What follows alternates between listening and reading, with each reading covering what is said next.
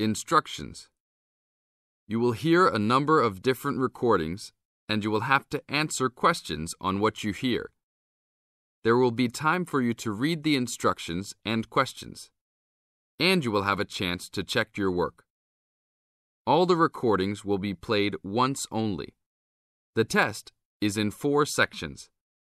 Write all of your answers in the listening question booklet.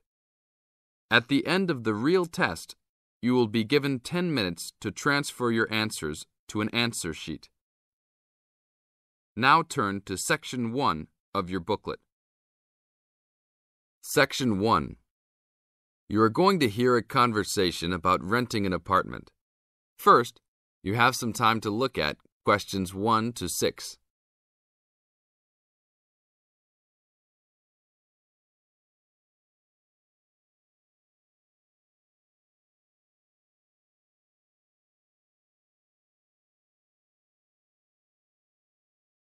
Before we start the test, look at the example of your question booklet and listen to the tape. How can I help you, sir? Hi, I'm interested in renting an apartment in your building. Can you show me around inside? Sure, my pleasure.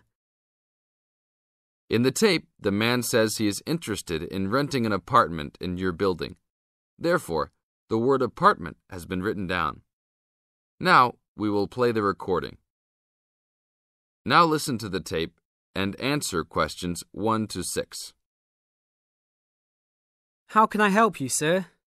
Hi, I'm interested in renting an apartment in your building. Can you show me around inside? Sure, my pleasure. Do you know what kind of apartment you're looking for? I'm thinking of something for my best friend and I. The apartment doesn't have to be too big, just something comfortable for the two of us. I'm looking for a kitchen, 2 bedrooms and a bathroom, just something simple. Okay, well, let me show you what we have to offer. We divide our apartments into 3 categories. There are standard apartments, upgraded standard apartments, and luxury apartments. Please follow me. This apartment just went up for rent yesterday. The old tenants moved into a larger one. This apartment is what I call the standard apartment. It's small, but has everything you need. The kitchen comes with a refrigerator, an oven, and a stove. There is 1 bathroom with a shower, but no bathtub. The rooms are a good size, and both have their own closets. The living room has enough space for a couch. We will provide a television for you. These apartments are very popular with students because they are affordable and practical. Right now, we are renting these out for only $1,000 a month. I think this is a little bit on the small side. There's no space for a dining table or even for an extra desk. We will both need room to study.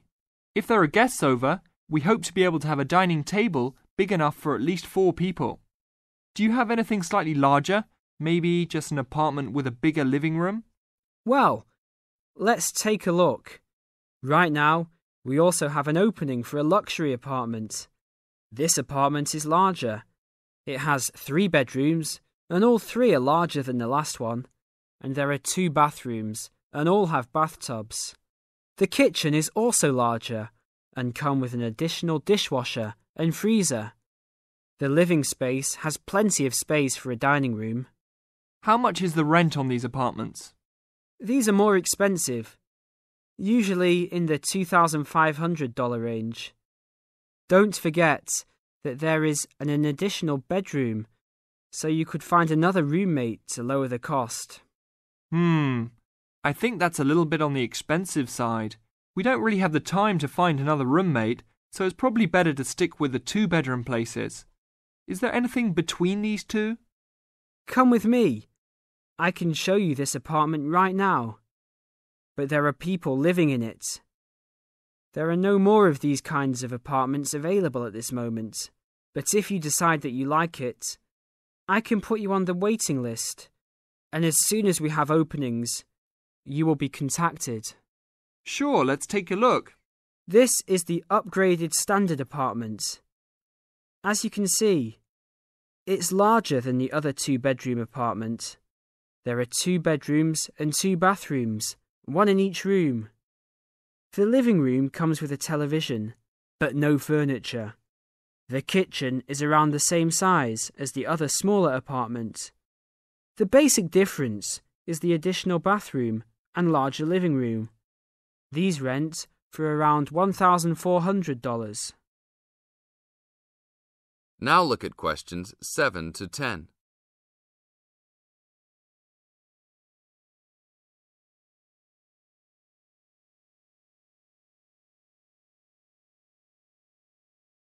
Now listen to the tape and answer questions 7 to 10. Seems like a good deal. Do you know when an apartment like this will be available? That's hard to say. I know these people who live here right now should be graduating soon, so they might be moving out. Well, I guess I'll put my name on the waiting list. Hopefully there'll be an opening as soon as possible. That sounds like a good plan. I will notify you as soon as we have vacancies. You will have to leave us some information and a student identification number. Sure, no problem. My full name is Robert Jack Browning. Could I have your age, please? I'm 38. Your major? I'm studying biology. How about naming some of your hobbies? Fishing, golf, watching movies, and spending time with my family. Sounds like a good life. What is the price range of the apartment you are looking for? Somewhere between $1,000 to $1,500. Your student identification number, please? QS 45890. Could you repeat that? QS 45890. Lastly, could you leave us a phone number? Okay, it's area code 236-580-2287. Thank you very much. I will give you a call as soon as possible. This is the end of section 1. You now have 30 seconds to check your answers.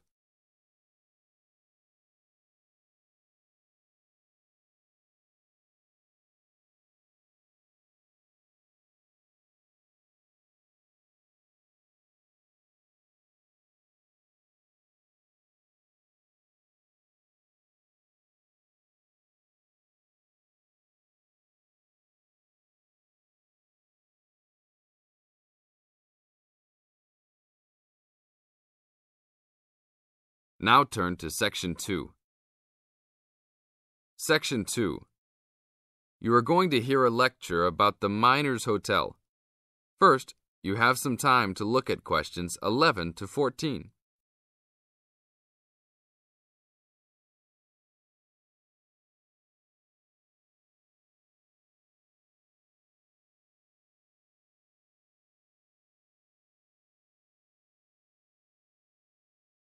Now listen to the tape and answer questions 11 to 14. Good evening and welcome to the Miner Hotel. We are pleased to have you as our guest. I will give you a brief information session to tell you everything you need to know to make this a pleasant stay.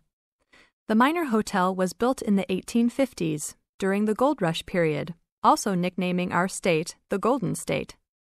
People from all over the country and even from other countries came to seek their fortune here in these hills, creating cities overnight. In this city, many Gold Rush hotels soon opened up. This particular hotel was built in 1851, but was destroyed during an earthquake. It was rebuilt in 1995 to recreate the feel of the Gold Rush, complete with articles and actual photographs from during the 1850s. Our hotel is divided into 2 buildings, one called the Gold Tower and the other is named the Fortune Tower. You will be staying in the Fortune Tower on the 25th floor, complete with great views of the city. Your room is the best room in the hotel, complete with private living room and hot tub. Here is your room card. On the card it will say FT, meaning Fortune Tower. On the bottom of the card it will say 2515. The 25 stands for the 25th floor, and the 15 stands for the 15th room on that particular floor. Now look at questions 15 to 20.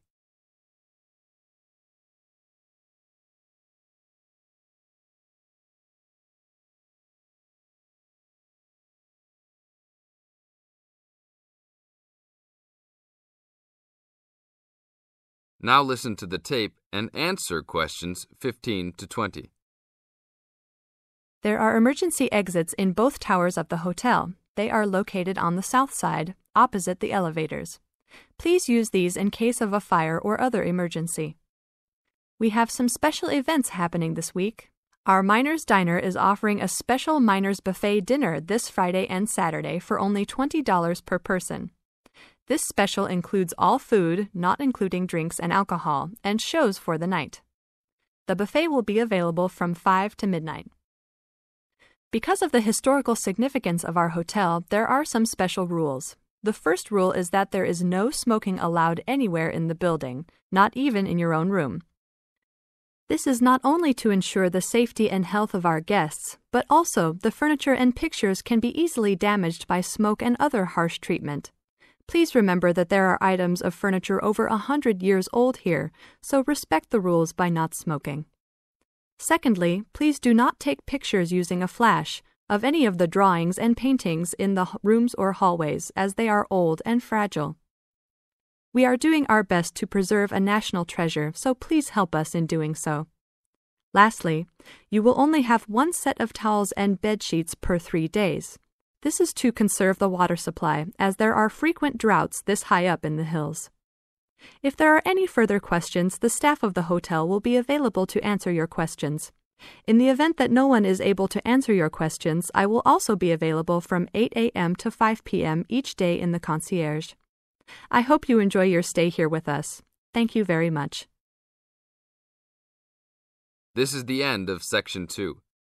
You now have 30 seconds to check your answers.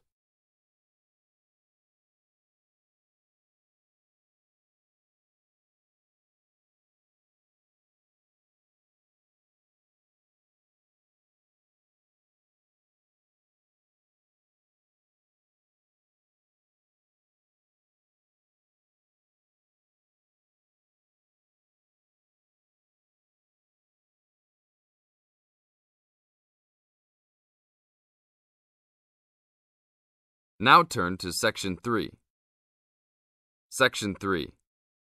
You are going to hear a conversation between an interviewer and a professor. First, you have some time to look at questions 21 to 26.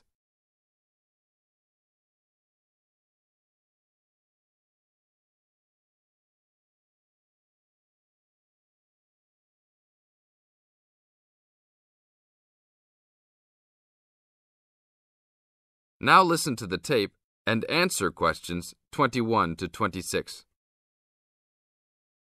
Today I'm here with Professor Nittick, who is our new university president. He has been a professor for 20 years and teaches many of the best classes on campus. I know many of you have had him as a teacher and know of his brilliance.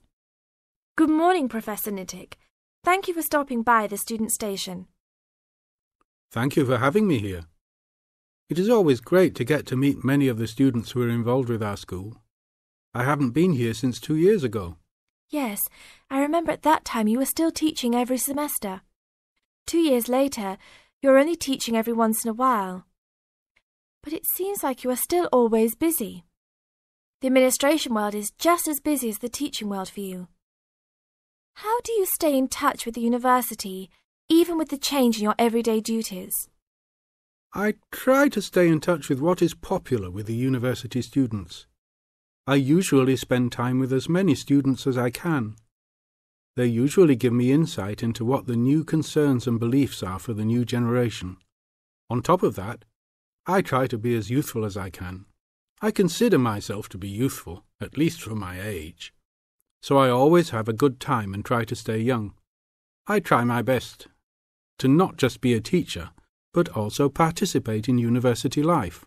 Interesting. So, are you still doing lots of academic work, or are you mostly concentrating on administrative affairs? Well, I mostly do administrative affairs now, but that doesn't mean that I still don't have a very deep interest in academic matters. I often visit other campuses around the world and meet other professors in my field.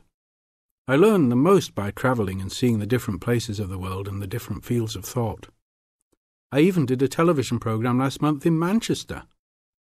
Will you be on television any time soon then? Well, you can call the television station and see if I will be on television any time soon. Maybe I will be on the news report. I don't think it is really that significant, though. Oh, really? That sounds great. I will remember to look out for you. Let's move on.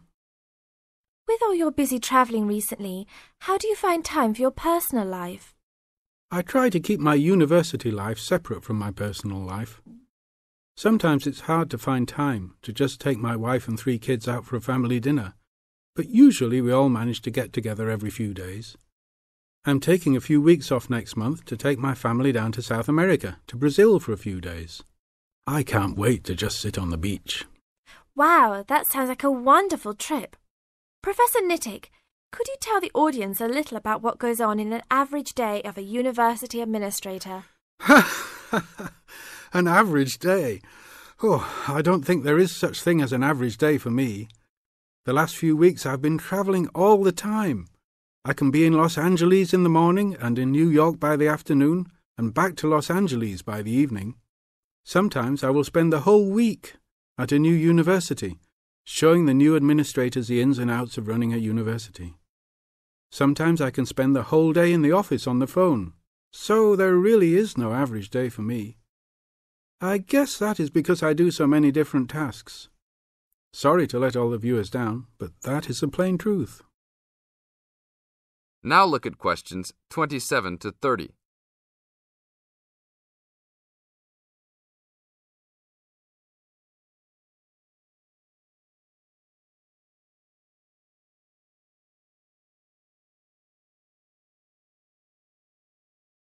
Now listen to the tape and answer questions 27 to 30.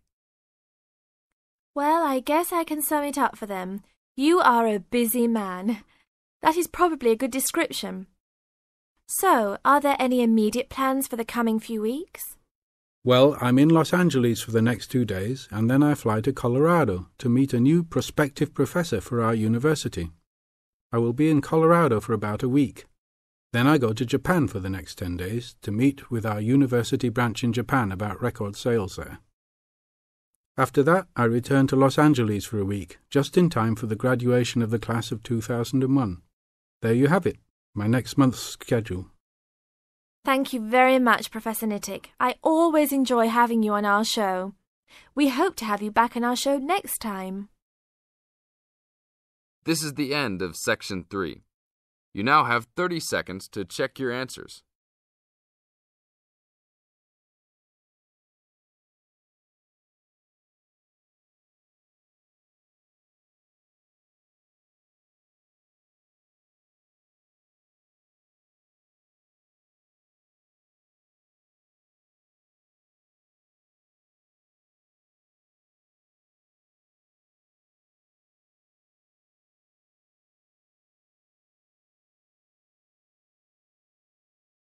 Now turn to Section 4. Section 4. You are going to hear a lecture given by a coach. First, you have some time to look at questions 31 to 40.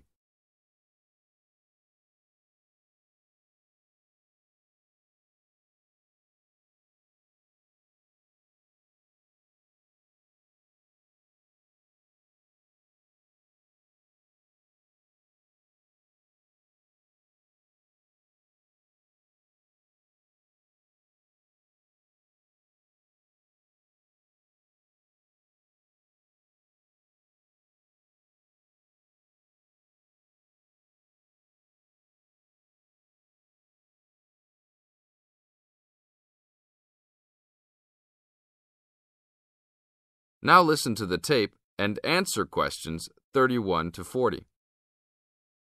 Today I'm going to give all the new members of our league a brief introduction about our basketball league. We are a competitive league whose goal is to promote sportsmanship and good health. Founded in 1988 with 4 teams and 30 players, today we have grown to over 20 teams and 200 players. We will accept any player regardless of race or sex, as long as they are a student at this school.